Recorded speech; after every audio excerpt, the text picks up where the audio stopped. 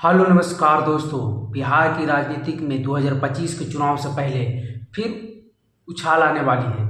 राजनीतिक में हलचल फिर मचेगी बिहार में, क्योंकि बहुत सारी पार्टियां बनने वाली हैं 2025 के चुनाव को लेकर, और उसी में एक मजबूत पार्टियां की नींव आज अनाउंस कर दिया गया है। जी हम आज बता रहे हैं कि आज दही चूड़ा का कार्यक्रम रखा गया था जन आशीर्वाद संवाद यात्रा के माध्यम से, जो निशिकांत सिन्हा पूरे बिहार में दौरा कर रहे हैं, और उसी में उन्होंने ऐलान कर दिया। सम्राट चौधरी उपेंद्र कुशवाहा को लेकर भी बातें कही कि 20 वर्ष की राजनीति को लोग कर रहे हैं, सफलता समाज को नहीं दिला पाए, मुख्यमंत्री पद तक नहीं ले गए, तो उन्हें राजनीति छोड़ देना चाहिए, अब नए लोगों के आने देना चाहिए। उनके बयान भी हम आपको सुनाएंगे।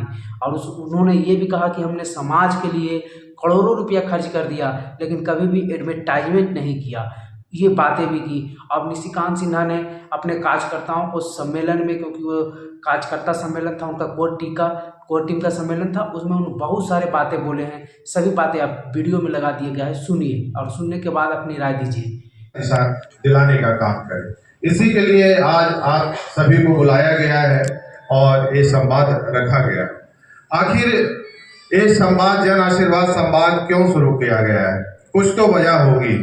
क्यों एक बिजनेसमैन जो 20 सालों से अपना बिजनेस कर रहा है और उसे अपना बिजनेस छोड़ के, अपना परिवार को छोड़ के, अपने बच्चे को छोड़ के, सारा चीज को त्याग करके आप लोगों के बीच आया है, तो कहीं ना कहीं तो कुछ तो वजह होगी।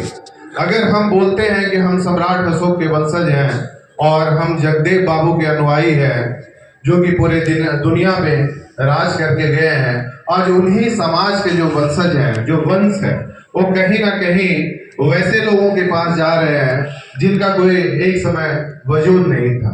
हम बार बार बोलते हैं, मैं बार बार यही कहता हूँ कि अगर कोई सोना का कण है, अगर कोई सोना का डस्ट है, अगर कोई सोना का धूल है, तो आज आप उसे भी अगर बाजार में बेचने जाते हैं तो सोना का ही कीमत उसे मिलता है। तो अगर हम सम्राट अशोक के वंशज हैं तो हमारी भी कीमत सम्राट अशोक के जैसे ही लगानी होगी, उससे कम हमें मंजूर नहीं है।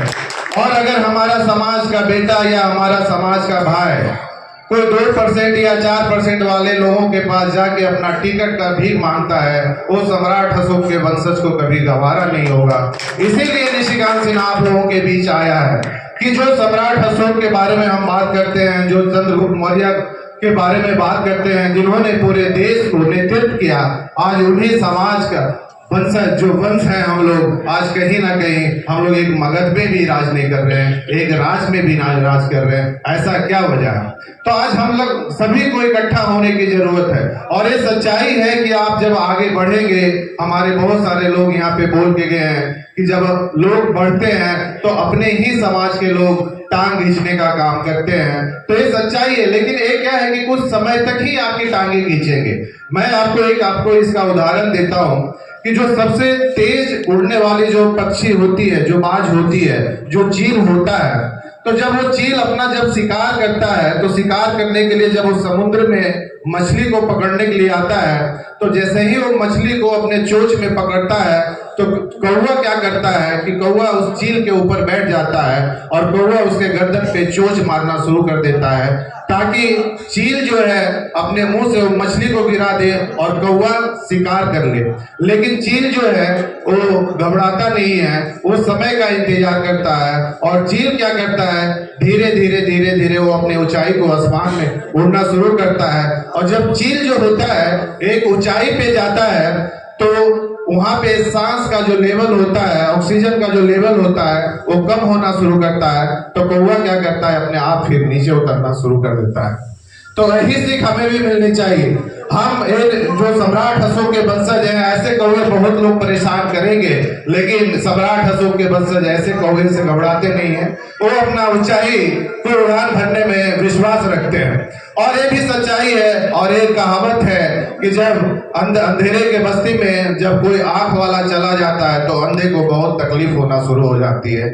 आज बिहार में भी ऐसे ही नेता बैठे हुए हैं जो अंधे बने हुए हैं। तो जो कोई आंख वाला आएगा तो तकलीफ तो होगी भाई। तो तकलीफ होने दो, हमें अपना काम करना है और इसी काम के लिए हम लोग आगे इकट्ठा हुए। आज ये सोचने वाली बात है कि सही में कि एक बिजनेसमैन आज अपने समाज को नेतृत्व करने के लिए क्यों आया।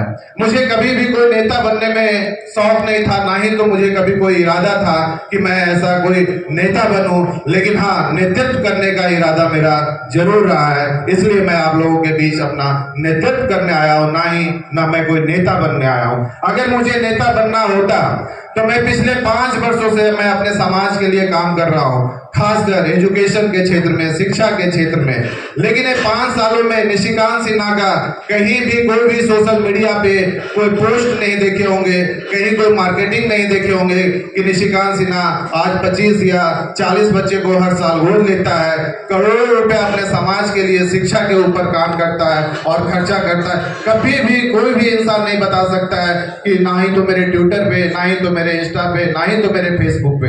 अगर मुझे नेता बनना होता तो शायद मैं 5 वर्षों से मैं अपना मार्केटिंग करता, अपना ब्रांडिंग करता, लेकिन मुझे नेता बनना में कभी भी कोई दिलचस्पी नहीं रहा है। और इसी वजह से हमेशा मैं बोलता हूं कि मैं सिर्फ समाज की लड़ाई लड़ने के लिए आया हूं, ना ही तो मैं कोई नेता बनने के लिए आया हूं। अगर मुझे नेता बनना होता तो जितना समय मैं आज अपने समाज के लिए दे रहा हूं, जितना वक्त मैं दे रहा हूं, जितना मैं त्याग अपने समाज के लिए कर रहा हूं, या जितना पैसा मैं अपने समाज के लिए खर्चा कर रहा हूं, लोगों को जगाने के लिए खर्चा कर रहा हूं, शायद उतना समय और उतना पैसा मैं कहीं और देता तो मैं बैक डोर से MP राज्यसभा का या MLC बन गया होता। लेकिन क्या उससे हमारा समाज का भला हो जाता क्या? आज हमारे समाज के लोग, आज हमारे समाज के नेता क्या MLA नहीं है, क्या MP नहीं है, लेकिन समाज का नेतृत्व कौन कर रहा है? तो देखा जाए तो कोई नहीं। मैं हमेशा बोलता हूं कि मुझे अपने समाज के किसी भी नेता से कोई लड़ाई नहीं है और ना ही तो मुझे कोई समाज के नेता से तकलीफ है। लेकिन हाँ, ये सच्चाई है कि समाज को नेतृत्व करने वाले नेता की जरूरत है। जहां हम एक तरफ मैं हमेशा बोलता हूं कि मैं हमेशा मेरे मंच से कभी उपेंद्र कुशवाहा जी हो गए या सम्राट चौधरी हो गए, हम कभी भी किसी का शिकायत नहीं करते।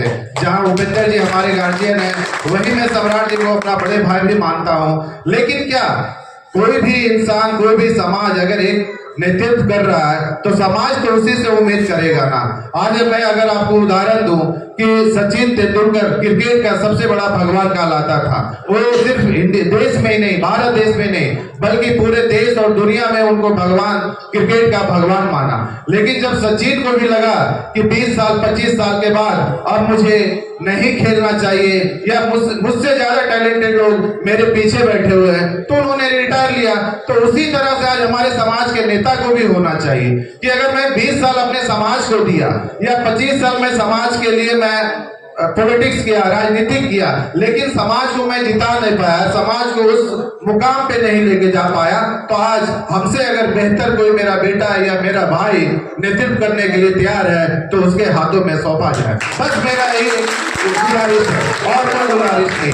और मैं बोलता हूं कि मैं किसी भी नेता का मैं शिकायत नहीं करता हूं, आप लोगों ने सभी ने देखा होगा। लेकिन हाँ, अगर कोई आपसे बेहतर अगर अपना मौका मांग रहा है, अगर आपको 25 साल किसी ने दिया या 20 साल किसी ने दिया है, तो किसी को 1 साल तो देकर देखो। अगर वो भी नहीं नेतृत्व करता है तो आप उसको भी बदल डालिए, लेकिन आप किसी को एक बार तो मौका दीजिए। आप दूसरे को बोलते हो कि परिवारवाद है, आप मांझी जी के पार्टी के बोलते हैं परिवारवाद है, चिराग जी के पार्टी के बोलते हो परिवारवाद है, तो अगर आप 30 साल 40 साल से अपने समाज के लिए राजनीति कर रहे हैं और अभी तक अगर आप रिटायर नहीं हो रहे तो वही तो परिवारवाद से भी बढ़ गए। तो आप किसी और को तो मौका दीजिए ताकि वो राजनीति करे और समाज को जो एक नेतृत्व की जरूरत है वो नेतृत्व करे। आज यहाँ पे आने का मकसद यही है। मैं यही बोलता हूँ कि सब ये जो जन आशीर्वाद संवाद है, ये सिर्फ एक संवाद नहीं बनाया गया, एक मंच नहीं बनाया गया। वीडियो कैसा लगा कमेंट बॉक्स में अपनी राय जरूर बताइए।